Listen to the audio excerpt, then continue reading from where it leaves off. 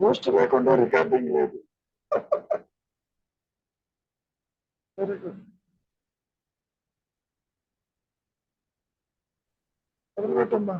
గురుగారు, ఇంద్రియ వ్యాపారములు ఆత్మవి కావు, దేహానివి కావు. ఒక్క నిమిషం. అసలు ముందు ఇంద్రియాలు అంటే ఏంటో చెప్పమ్మా. తర్వాత సంగతి. కళ్ళు, ముక్కు, చెవి, నోరు, చర్మం గురుగారు. అది దేహానికి సంబంధించింది కదా. దేహానికి అవసరానికి ఉపయోగపడేటివి గారు. దేహకారం అంటే దేహానికి సంబంధించి కార్యకలాపాలు కాదు. ఇక్కడ ఏమంటున్నారు మహర్షి? ఆత్మకు సంబంధించింది. ఇంద్రియాలు ఆత్మ సంగతి పక్కన పెట్టు, దేహానికి సంబంధించింది కాదంటున్నారు. ఎట్లా తీసుకోవాలి? అహంకారానికి సంబంధించింది. అహంకారానికి అవసరం కదా గురుగారు, అవి తన కర్మ నిర్వర్తించుకోవడానికి. మొట్టమొదటి సెంటెన్స్ ఏమిటి చెప్పు? ఇంద్రియ వ్యాపారములు ఆత్మవి కావు, దేహానివి కావు. అదే పాయింట్. ఇటు ఆత్మదే కాదు, దేహానికి కూడా సంబంధించదు. సామాన్యంగా నువ్వు ఏమనుకుంటావు? చెవు, ముక్కు, కన్ను ఇవన్నీ కూడా దేహానికి సంబంధించింది కదా అనుకుంటాను. కానీ ఈ ఇంద్రియాలు లేకపోయినప్పటికీ, లేకపోయినా మరి నీవు కలగనేటప్పుడు అన్ని ఇంద్రియ వ్యాపారాలు చేస్తూనే ఉన్నావుగా. అవును గురు. దేహం లేదుగా. అవును. ఇప్పుడు ఈ దేహము, ఈ ఇంద్రియాలు అక్కడ కల్లో లేవు. అవును గురుగారు. దేహం లేకపోతే ఇంద్రియాలు లేవుగా. అవును గురుగారు. సో ఇంద్రియ వ్యాపారము దేహానికి సంబంధించింది కాదు. అయినప్పటికీ నీవు మనసుతోటి, సూక్ష్మదేహంతో వింటావు, చూస్తావు, తింటావు, అన్ని అనుభవిస్తావు. అవును గురువు గారు. మనస్సు కూడా ఒక ఇంద్రియం. పంచేంద్రియాలు పనులు చేస్తుంది అక్కడ. కాబట్టి మనస్సు కూడా దేహానికి సంబంధించింది కాదు. మనస్సు కూడా సూక్ష్మదేహమే. అవును గురువు గారు. సామాన్యంగా మనం ఏమనుకుంటాము? దేహంలో ఇంద్రియాలు ఉన్నాయి అనుకుంటాం. ఇంద్రియాలకి దేహానికి సంబంధం లేదు.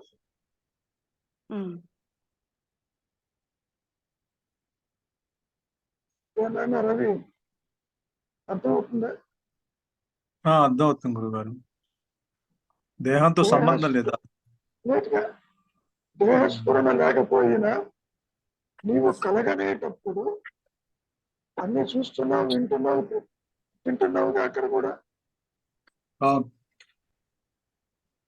అది ఒక్క మనస్సే అన్ని ఇంద్రియాలు పనిచేస్తూ ఉంది అక్కడ.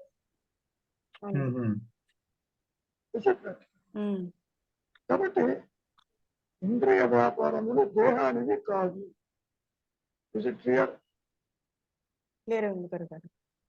అంటే మన పంచేంద్రియాలు స్పర్శ, రూప, చక్షు ఇవి చెప్తాం కదా గురుగారు. కట్టు, నాలుక, స్పర్శ, మరి ఇవన్నీ పడితో చెప్తున్నాం కదా. అవన్నీ కూడా దేహానికి సంబంధించినవి కాదు. దేహంలో చూస్తున్నావు, చెవు, ముక్కు, కన్ను ఇవన్నీ. అవును గురుగారు.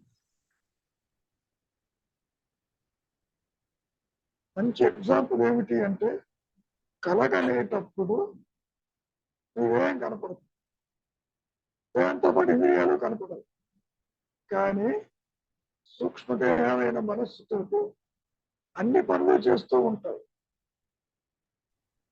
కథలో కూడా చూస్తావు, వింటావు, తింటావు, పరిగెడతావు, కర్మేంద్రియ, జ్ఞానేంద్రియ అన్ని పనులు చేస్తావు.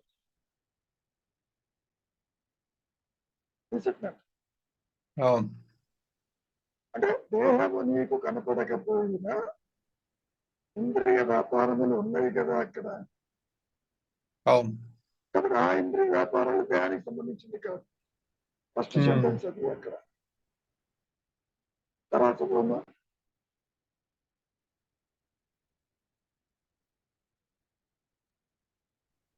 ఆత్మను ఏది కలంకితం చేయచాలదు. ఓకే. ఇప్పుడు ఆత్మ అంటే ఏంటో తెలియదు. ఉమ్, ఆత్మ ఉందో లేదో కూడా తెలియదు. ఉమ్, ఆత్మ అనేదాన్ని మనం ద్వైతంలో ఎంత చెప్పుకుందాం అనుకున్నా మనస్సుకి అందదు, బుద్ధికి అందదు, దేనికి అందదు. ఉమ్, దానికి ఏం చేస్తారు? తెర మీద బొమ్మలు ఎన్ని పడ్డా తెరకి బాధ లేదంటే చెప్తారు. ఉమ్, అంటే ఆత్మకి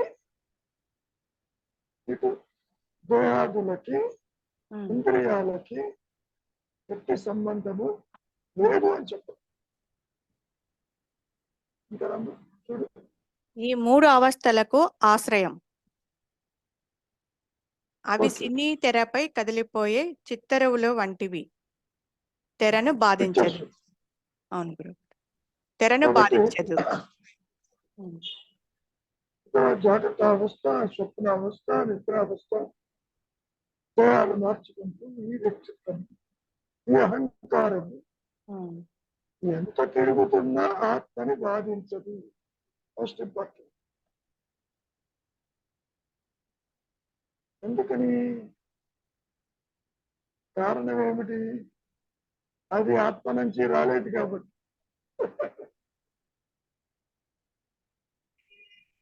తెర నుంచి ఒక బొమ్మైనా వచ్చిందో బయటికి? పోనీ తెర మీద పడుతున్న బొమ్మలు ఏ ఒక్కటైనా తెర అవుతుందా? ఉమ్, ఉమ్, అది బొమ్మలు కదిలిపోయే నీడల్లాంటి ఉమ్. పూర్తిగా అవి సత్యము కాదు. ఏమా అవును గురు. మొత్తం పూర్తిగా చదువు, ఏమైనా ఉంటే చూద్దాం. ఇంద్రియ వ్యాపారములు ఆత్మవి కావు, దేహానివి కావు. Most important. ఇంద్రియ వ్యాపారాలు ఇది దేహానివి కాదు, జడమైన దేహానికి ఆత్మకి సంబంధం లేదు. ఉమ్, కానీ నీవు ఆ ఇంద్రియ వ్యాపారాలు తోటి పుడుతున్నావు, పోతున్నావు, పుడుతున్నావు, పోతున్నావు. అవును గురుగారు. సంబంధం లేకపోతే ఏంటో చూడ అంటారు. ఆత్మను ఏది కళంకితం చేయచాలదు. ఈ మూడు అవస్థలకు ఆశ్రయం. అవి సినీ తెరపై కదిలిపోయే చిత్తరువుల వంటివి. తెరను బాధించదు. ఇందులో అర్థం కాని ఏమన్నా ఉంటే పోనీ రవి. గురుగారు, మరి స్వప్న నిద్రపోయేటప్పుడు కళలో జరిగిపోయే కర్మలకి ఫలితం ఉంటుందా గురుగారు? అది అమ్మా, కర్త ఉంటే కలగన్నా, జాగ్రత్త అయినా, నిద్ర అయినా ఆ జీవుడు అనుభవిస్తాడు. కర్మ ఎవరికి? కర్త అనుకునేవాడు. కర్త ఎవరు? నేనంటే దేహమని నిద్రపోతాడు, కలగంటాడు, తిరుగుతూ ఉంటాడు, లోకమంతా తిరుగుతాడు, సత్యం అనుకుంటాడు, కష్ట సుఖాలు అనుభవిస్తాడు, ఇంద్రియ సుఖాలకి బానిస అవుతాడు, మంచి చెడు అనుభవిస్తాడు కదా. అవును గురుగారు. ఎక్కడ అనుభవిస్తాడు? ఆత్మలో అనుభవించడు, తెర మీద బొమ్మల్లాగా అనుభవిస్తాడు. జనన మరణాలు కూడా ఆత్మకి సంబంధించింది కాదు.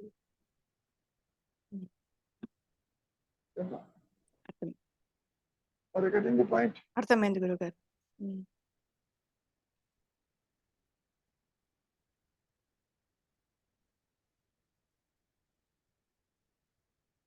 చెప్పమ్మా, ఇంకా ఆయన ఉందా? అంతే గురుగారు. చెప్తున్నాయన రవి.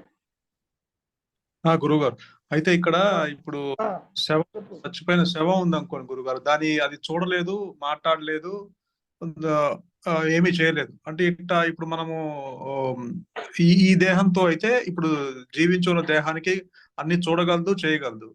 అంటే ఇక్కడ ఈ కాంటాక్ట్ అనేది, ఈ ఇంద్రియాలు అనేది ఇప్పుడు అహంకారంతో ఆ దేహము కాంటాక్ట్ అయినప్పుడు అప్పుడు మనము చూస్తున్నాము, ఆ రుచి తెలుసుకుంటున్నాము, వింటున్నప్పుడు అది వినబడుతుంది. ఇవన్నీ ఆ కాంటాక్ట్ అయినప్పుడు జరుగుతాయి గురువు. ఎందుకంటే శవం దేహం కాదన్నప్పుడు దేహం నిజంగా కాదు. ఎందుకంటే అలా అయితే శవానికి కూడా ఇవన్నీ జరగాలి కదా, జరగట్లేదు కదా. అసలు శవం అనేది ఎక్కడా లేదు.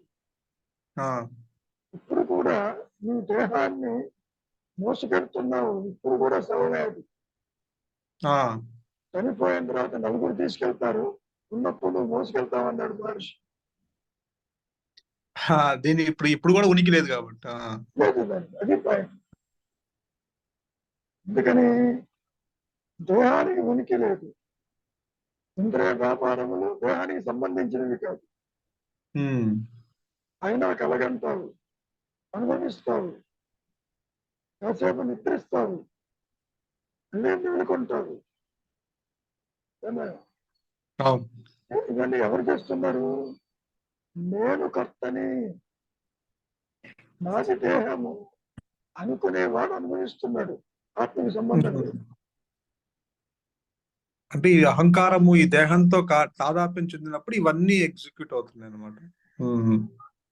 దాదాపు చెందినప్పటికీ కలవదు. కలవదు. అహంకారమే కనుక నిజంగా దేహంతో కలిస్తే దాన్ని విరగొట్టడం చాలా కష్టం. కలవదు. దేహం దాని దేహము, ఇంద్రియములతో అది ఇంద్రియములు, ఈ జీవుడితో అది జీవుడు. ఆత్మకి దీనికి సంబంధం లేదు.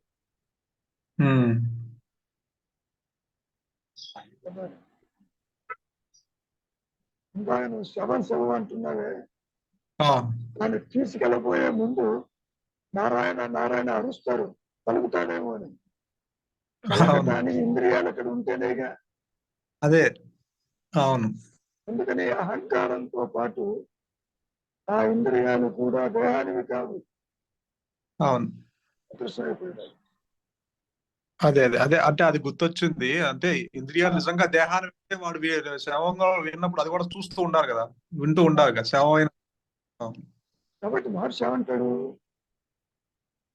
శవం అనే పాట ఎక్కడా లేదు. కదిలితే ఉందంటావు, కదలకపోతే శవం అంటావు. అసలు ఉన్నదే శవము, దాన్ని జీవుడు మోసుకెళ్తూ ఉంటాడు. ఇక్కడ ఒకటే మోస్తాడు, వాడు బయటికి పోతే నలుగురు మోస్తాడని చెప్పుకొచ్చాడు. కరెక్టే గురుగారు. కాబట్టి ఎవరైతే స్థూల సూక్ష్మ దేహాలకి, అంటే మనస్సుకి, ఈ దేహానికి పరిమితం కాకుండా నిలిచి ఉంటారో, అంటే అంతవరకు వ్యక్తిత్వంతో అనుకుందాం, వారు ఆత్మదర్శనం చేస్తారు. తీరిపోతుంది. అంటే ఆత్మ దేనికి పరిమితం కాదు అని చెప్పారు.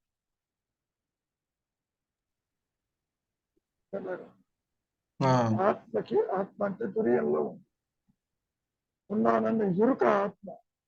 ఆ ఎరుకకి ఇక్కడ అవస్థాత్రయములకి, ఈ ద్వైతానికి, జనన మరణాలకి ఏ సంబంధము లేదు.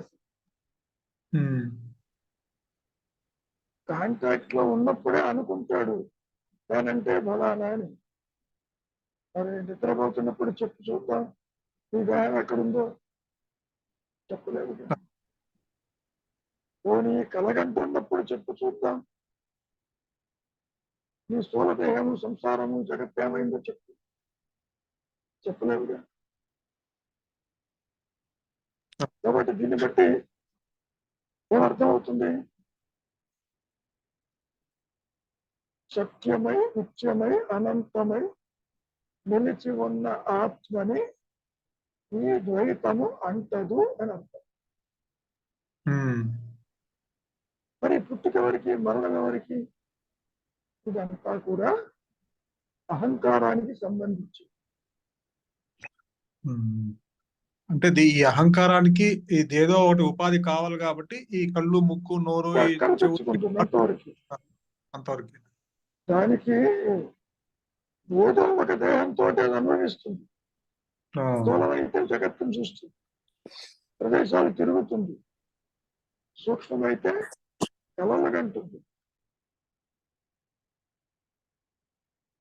ఈ రెండు వ్యాపారాలు లేనప్పుడు కాసేపు వృత్తి రాహిత్యమై కాసేపు నిద్రపోతుంది. జాగ్రత్త, స్వప్న, సుషుప్తులు మూడు కూడా కర్తృత్వం ఉన్నప్పుడే జరుగుతుంది. మూడు రకాలైన దేహాలను మార్చుకుంటుంది. సరే, నిద్ర తాత్కాలిక మరణము. ఎవరి మరణము చెప్పున్నారంటే, ఎవరి మరణము? గురుగారు దేహాన్ని అయితే కాదట్టుంది. దేహం లేదు అక్కడ. అదే దేహం రాలిపోతే ఇది శాశ్వత నిద్ర అన్నారు. ఇది తాత్కాలిక మరణం. ఎందుకని నిద్రా సమయంలో నీ స్థూల దేహము, సూక్ష్మదేహాలు కనపట్టల్లా అక్కడ. ఇంద్రియ వ్యాపారములు సరే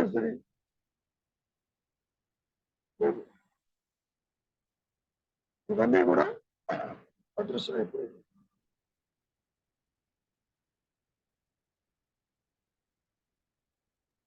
చెప్పు, ఇంకేమైనా ఉందా? ఇంకేం లేదు గురుగారు. అయితే ఇక్కడ లేని ఇప్పుడు అంటే ఈ పరిమితమైన జ్ఞానానికే ఈ ఈ దేహం, ఈ ఇంద్రియాలతో, ఈ దేహంతో అటాచ్ కావట్లేదంటే, ఇంద్రియాలతో అటాచ్ కావట్లేదంటే ఇక్కడ ఆత్మ గురించి చెప్పాల్సిన అవసరం లేదు.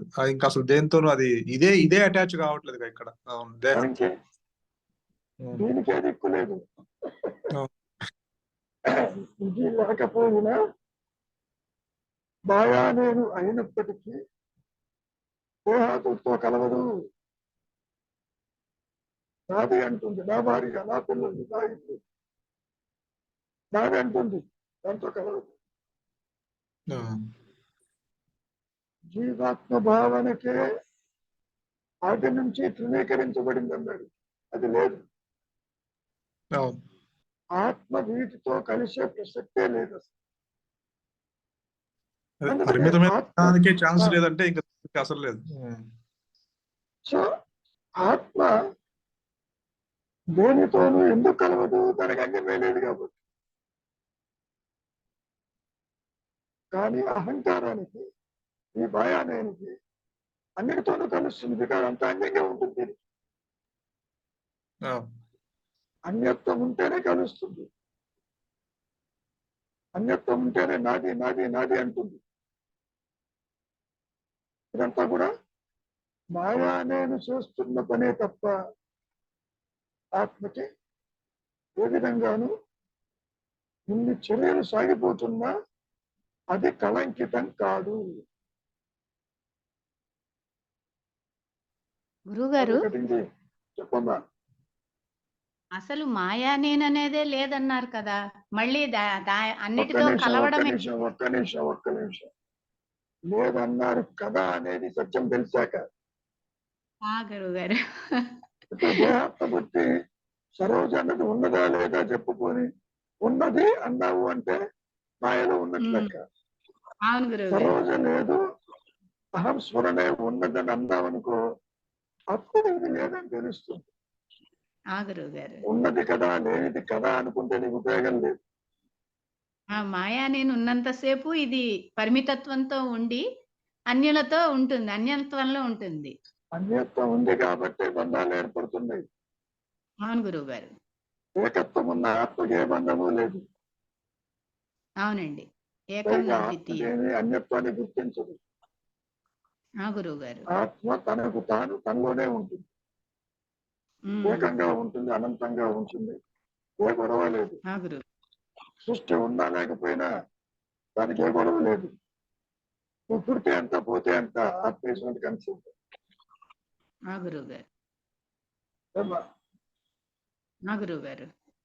కాబట్టి మాయా నేను ఎందుకు చెబుతున్నారు?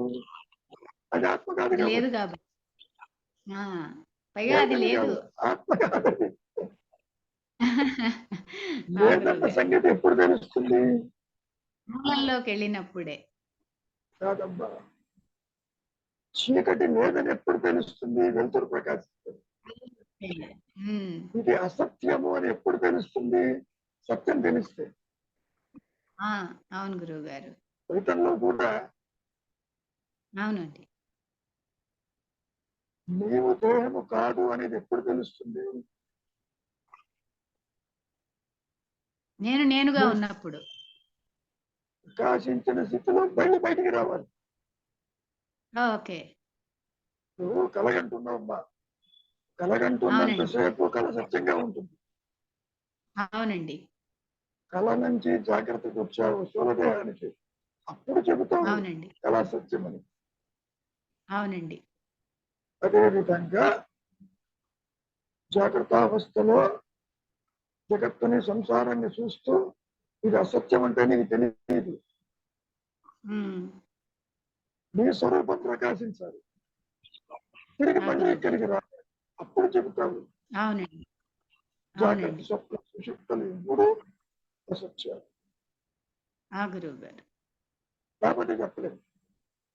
గురువు గారు. కళ సాగుతున్నంతసేపు నీకు పొరపాటున కూడా కళ అసత్యమని తెలియదు. అవును గురువు గారు. మేల్కొని మళ్ళీ ఇక్కడికి వచ్చినప్పుడు అప్పుడు చెబుతాం కళ అంతా అసత్యం.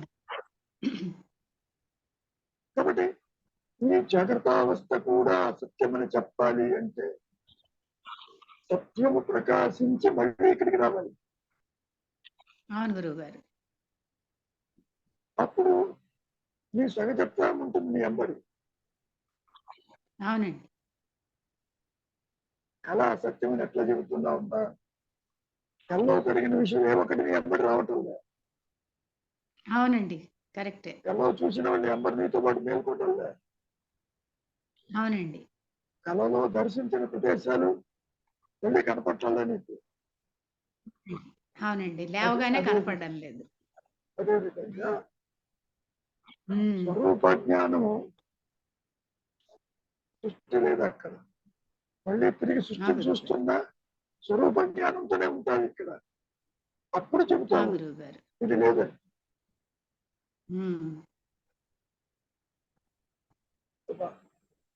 కళలో ఉన్న వస్తు విషయాలు మేల్కొని జాగ్రత్తగా వచ్చినప్పుడు వాళ్ళెవరూ నీకు కనపడలేదు కాబట్టి అసత్యం తేల్చి పారేశారు. అవునండి. అవునండి. అదేవిధంగా జాగ్రత్త అవస్థలో చూస్తున్న వస్తు విషయాలు స్వరూప జ్ఞానంలో అవి లేకపోయేసరికి తిరిగి ఇక్కడికి వస్తావు స్వరూప జ్ఞానంతో. అప్పుడు చెప్తావు ఇదంతా లేదు, ఉన్నది ఆత్మ. రెండిటికి తేడా అర్థమవుతుందా? అర్థమవుతుంది గురువు గారు, అర్థమైంది. కళ కన్న తరువాత కళలో ఉన్న విషయాలతోటి స్థూలదేహం దగ్గరికి వస్తావు. వాళ్ళందరూ నువ్వు ఇంటికి వస్తే నువ్వు నీతో పడుస్తారా? వాళ్ళు రారు. స్థూలదేహం గురించి చెప్తావు, నువ్వే అంటావు కళంతా అసత్యం, ఎవరు నేర్పమంటావు. అవునండి. స్వరూప జ్ఞానంలో సృష్టి లేదు. గురువు గారు ఇప్పుడు మళ్ళీ సృష్టిని చూస్తున్నాడు ఇక్కడికి వచ్చి, ఆత్మజ్ఞానంతో చూస్తున్నాడు ఇక్కడ. అప్పుడు చెబుతున్నాడు స్వరూప జ్ఞానంలో సృష్టి లేదు, ఇది కూడా కళ లాంటిదే, అసత్యం. నీ ఐడెంటిటీ కన్ఫర్మ్ అయితేనే తప్ప ఇది అసత్యం అని తెలియదు. కన్ఫర్మ్ అంటే అర్థం ఏంటి? స్వరూప జ్ఞానం ప్రకాశించాలి, అనుగ్రహం అది ప్రకాశించాలి. అవునండి. అప్పుడు మళ్ళీ బయటకు వస్తుంది మనస్సు. ప్రకాశించిన స్థితిలో జీవుడు, జగత్తు, ఈశ్వరుడు, అవస్థలు, జనన మరణాలు ఉండవు.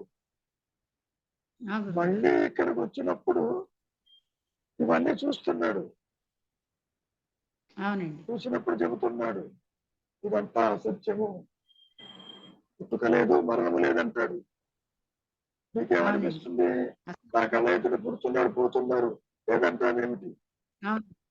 అవును. ఎందుకని? నువ్వు దేహప్రపంచతో చూస్తున్నావు. అవునండి. ఆత్మ ప్రకాశమై దేహముతో చూస్తున్నాడు మళ్ళీ ఇక్కడికి వచ్చి. అవునండి. అంటారా? అర్థమవుతుందా? గురువు గారు అర్థమవుతుంది గురువు గారు. కాబట్టి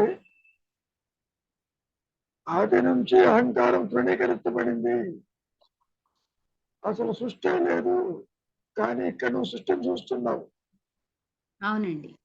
సృష్టిని చూసి గణన మరణాలు ఉన్నాయంటున్నావు, ఇతరులు ఉన్నారంటున్నావు, సత్యం అన్నది. దైవం అంటున్నావు. ఇవన్నీ ఒక్క దెబ్బతో ఎగిరిపోతాయి. ఎప్పుడు? గురువు గారు. నీ స్వరూప జ్ఞానంతో పోతుంది. స్వరూప జ్ఞానంతో దేహము నష్టము కాదు. గురువు గారు. దీనికి ఎక్స్పైరీ డేట్ ఉంది. గురువు గారు. అవునండి. ఏ విధంగా అయితే గతంలో చెప్పా కదా, ఫ్యాన్ స్విచ్ ఆఫ్ చేసిన తిరుగుతూ ఉంటుంది. కొంచెంసేపు ఉంటుంది. అవునండి. అట్లా తిరిగిందే 1950 దాకా భారతదేశం. అవును గురువు గారు. అవునండి. కాబట్టి దేహాదులు కనపడుతున్నా, జనన మరణాలు కనపడుతున్నా, ఇతరులు కనపడుతున్నా, ఆత్మకు వచ్చిన ఇబ్బంది ఏమీ లేదు. ఇదంతా ఆత్మలోనిదే అని గురువు గారు. నువ్వు అసలు అన్యత్వం ఆత్మని లేదు. తెలియక విడిగా చూస్తున్నావు. అందుకని అవును గురువు దుఃఖం గారు. వేస్తుంది, బంధ వేస్తుంది, భయం వేస్తుంది. అవునండి. అవును గురువు గారు. ఇదంతా దానిలోనిదే అన్నప్పుడు భయం అయ్యి నిర్భయుడై అవును ఉంటావు. గురువు గారు. మూలం ప్రకాశిస్తుంది. గురువు గారు. మూలము ఎరిగిన వారిని కాసేపు జ్ఞాని అన్నారు, తెలియని వాడిని అజ్ఞాని అన్నారు.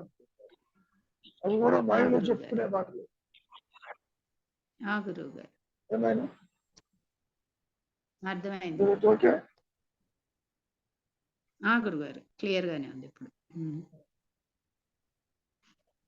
ఇంకేమైనా సమస్యలు వెంటాడుతున్నాయా? లేదు గురువు గారు.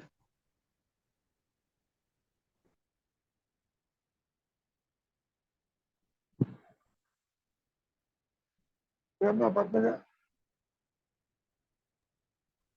గురుగారు అంటే జ్ఞానం ఒకటే అన్నా కూడా మీరు ఆ జ్ఞానమే ఒక పక్కన పూర్ణంగా ఉంటా ఉంది, స్వరూప జ్ఞానంగా ఉంటా ఉంది, తనకు తానుగా ఉంటుంది అంటున్నారు. అదే జ్ఞానము మళ్ళా ఇంద్రియాల ద్వారా మనసు ద్వారా శరీరాన్ని అంటే సాపేక్ష జ్ఞానం అన్నా కూడా గురువు గారు సాపేక్ష లేదుగా, అది సాపేక్ష జ్ఞానం లేదుగా, అహంకారం పుట్టలేదుగా, జీవుడే లేడుగా. నువ్వు దేహాత్మ బుద్ధితో చూస్తున్నావు. పరిమితమైన పద్మజగా విచారిస్తే పద్మజ లేదు, అక్కడ ఆత్మే ఉన్నది.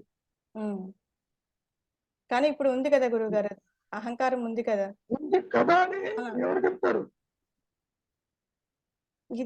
ఉంది కదా అని అంటే కన్ఫర్మేషన్ ఏంటి?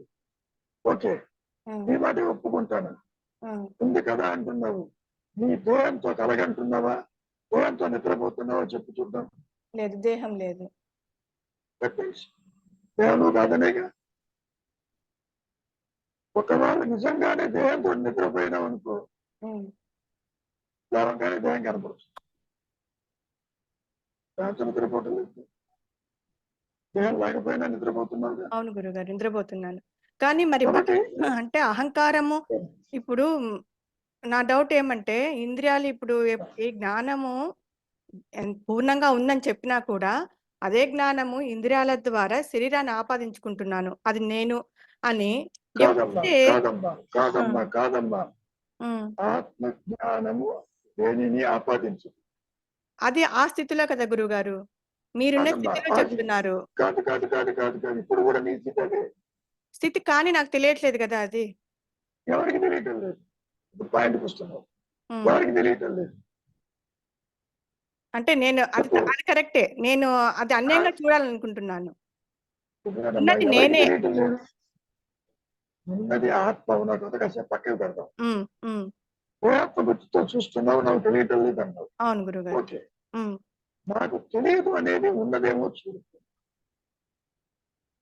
ఎంత వెతికినా నీకు పాము కనపడదు. కనపడదు కనపడదు. అంటే అర్థం ఏంటి? ఉన్న ఉన్న తాడు పాము కాలేదు, ఉన్న ఆత్మ జీవుడు కాలేదు. ఆత్మ ఎన్నడైనా ముక్కలై జీవుడు జగత్తు ఈశ్వరుడు అయిందా? లేదు లేదు కదా. లేదు. మరి దేని దానికే ఇన్ని శాస్త్రాలు, ఇన్ని బోధలు, ఇన్ని మాయలు, ఇన్ని అవస్థలు. ఆత్మ చాలా కంఫర్ట్ గా ఉంది. ఉమ్, ఆత్మకి దీనికి సంబంధం లేదు.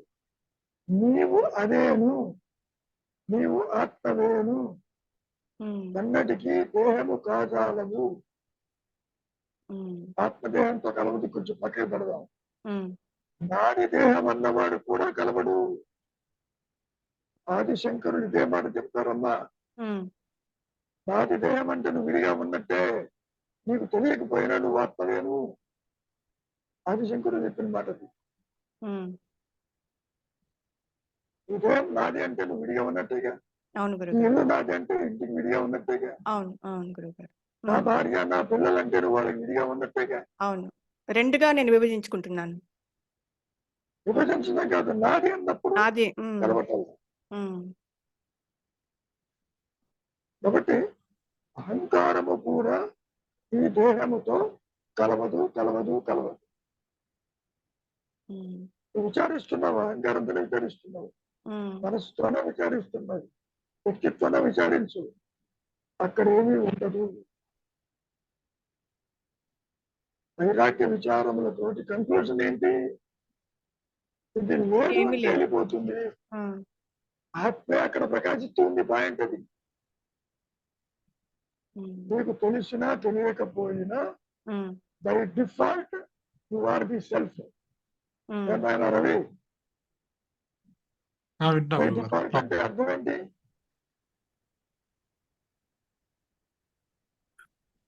ఏం గురుగారు? Depart. Default. By default. By default. By default. నువ్వు కాదన్నా నువ్వు తెలుసు జ్ఞానాన్ని అదనండి. ఉమ్, దట్ ఇస్ ది మైండ్. నువ్వు ఎంత దేహాత్మ బుద్ధిలో ఉన్నా ఆత్మను విడిచి ఉండవు. నిద్రిస్తున్నా ఆత్మను విడిచి ఉండవు. ఎలాగంటున్నా ఉండవు. నీవు ఆత్మవేను ఆత్మవేను అని చెప్పు. ఉమ్, నువ్వు అనొచ్చు, నాకెప్పుడు ఆత్మ తెలుస్తుందని. ఉమ్, తెలుస్తుంది. ముందు ఇంతవరకు తెలిసింది వదిలిపెట్టు. సత్యమని పరిగెడుతున్నావు. నాకు ఆ శాస్త్రం తెలుసు, ఈ ప్లేస్ తెలుసు, నేను ఇటు పోతాను అటు పోతాను. తిరుగుడు ఆపు. మనస్సుకి పని కల్పించద్దు. క్షణకాలం చాలు. ఆత్మ is ready ready ready shine అవుతుంది. కొత్తగా ఏది రాదు నాయన. ఇది నా అనుభవం. గురుగారు. నేను నేను అనేది ఆత్మ. నేను రవిని, నేను యక్స్ని, వైని అనుకునేది ఇదిగో ఉనికి లేని మాయా నేను. ఉమ్. రైజస్సుడు అది ఉందేమో. దేహమా నేనని చెప్పదు. ఎప్పుడైనా చెప్పిందా దేహం? లేదు. పోనీ జగత్తు చెప్పిందా నేను ఉన్నాను, నా దగ్గరికి వచ్చి దర్శించు, పుణ్యక్షేత్రాలు ఉన్నాయి, నదులు ఉన్నాయని చెప్పిందా? నువ్వు కల్పించుకుని పరిగెడుతున్నావు. ఉమ్, కాశీలో మరణించాలి, లేకపోతే గదిలో అటుపోవాలి, రామేశ్వరంలో ఇది అనుకుంటున్నావు. ఇవన్నీ నీ భావనలు. అందుకే మహర్షి ఏమంటున్నారు? భావశూన్య సద్భావ స్థితి అన్నాడు. అంతే, వెరీ సింపుల్. భావశూన్యానికి రా, క్షణకాలం చాలు. ఉమ్.